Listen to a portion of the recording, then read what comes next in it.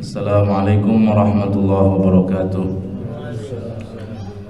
Bismillah, alhamdulillah, wassalatu wassalamu ala khairi rasulillah Sayyidina wa maulana Muhammad ibn Abdullah wa ala alihi wa sahbihi wa mawalah, amma ba'du.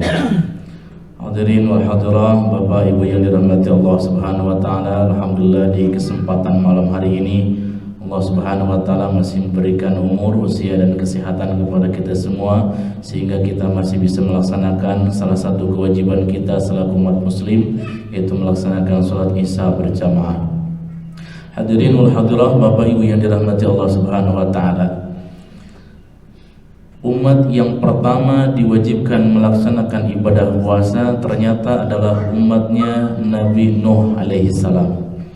Jadi Nabi yang pertama diperintahkan berpuasa adalah Nabi Nuh alaihi salam, di mana Nabi Nuh alaihi salam adalah nenek moyang kedua, kakek moyang kedua umat manusia setelah Nabi Adam alaihi salam.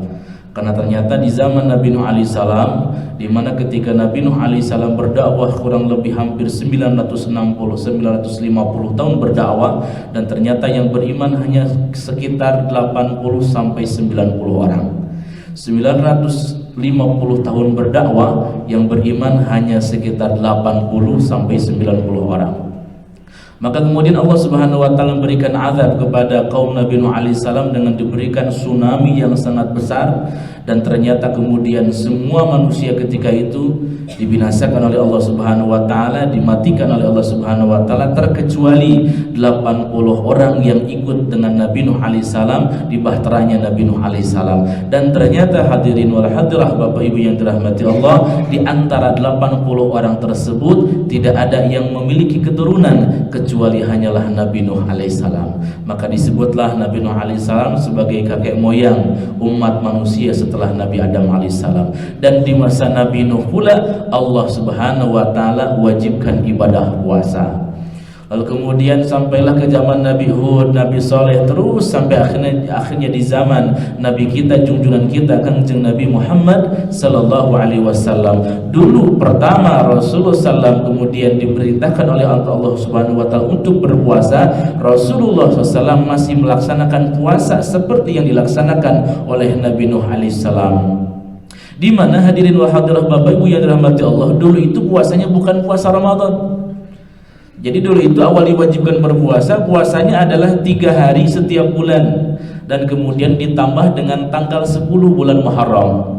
Berarti kalau 3 kali dalam setiap bulan, 1 tahun ada 12 bulan, 3 dikali 12 kurang lebih 36 hari, ditambah dengan tanggal 10 bulan Muharram yaitu puasa Asyura, maka berarti kurang lebih 37 hari diwajibkan berpuasa kepada umat muslim ketika itu. Lalu kemudian diturunkanlah firman Allah subhanahu wa ta'ala yang sering kita baca, ya ayyuhalladzina amanu kutiba alaikumus siyamu kama kutiba alal ladzina min qablikum la'allakum tattaqun ayyaman ma'dudat. Setelah diturunkan ayat ini, ayyaman ma'dudat, yaitu pada hari-hari yang telah ditentukan oleh Allah subhanahu wa ta'ala, yaitu tanggal 1 sampai 30 bulan Ramadan. Maka setelah turun ayat ini, dirobahlah puasa yang asalnya 3 hari setiap bulan ditambah dengan tanggal 10 Muharram, dirubah menjadi puasa tanggal 1 sampai akhir Ramadan, 1 bulan penuh. Lalu kemudian hadirin wa hadirah, Bapak Ibu yang dirahmati Allah subhanahu wa ta'ala, di awal diwajibkannya berpuasa, ternyata wajibnya puasa, wajibnya masih boleh memilih. Dalam arti wajibnya wajib pilihan, wajib tapi boleh memilih antara puasa ataupun fidyah. Jadi boleh memilih puasa, silahkan, mau fidyah juga silahkan, belum wajib secara mutlak. Lalu kemudian diturunkanlah ayat Allah subhanahu wa ta'ala, firman Allah subhanahu wa ta'ala, syahrul ramadhan alladhi unzila fihi al-Qur'an hudan lin-nasi wa bayyinatin minal huda wal furqan faman syahida minkumus syahra falyasum. Setelah turun ayat ini, maka mutlaklah diwajibkan bagi setiap umat muslim untuk melaksanakan ibadah puasa di bulan suci Ramadan tanpa ada pilihan lagi, terkecuali bagi orang yang tidak mampu.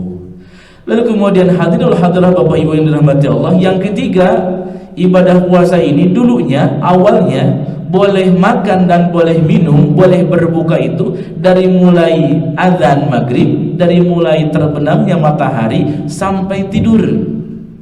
Jadi kalau misalkan tidurnya jam 8, maka boleh makan, boleh minum itu dari maghrib sampai jam 8. Kalau tidurnya jam 9, maka dari jam 9 sampai maghrib esok tidak boleh makan lagi.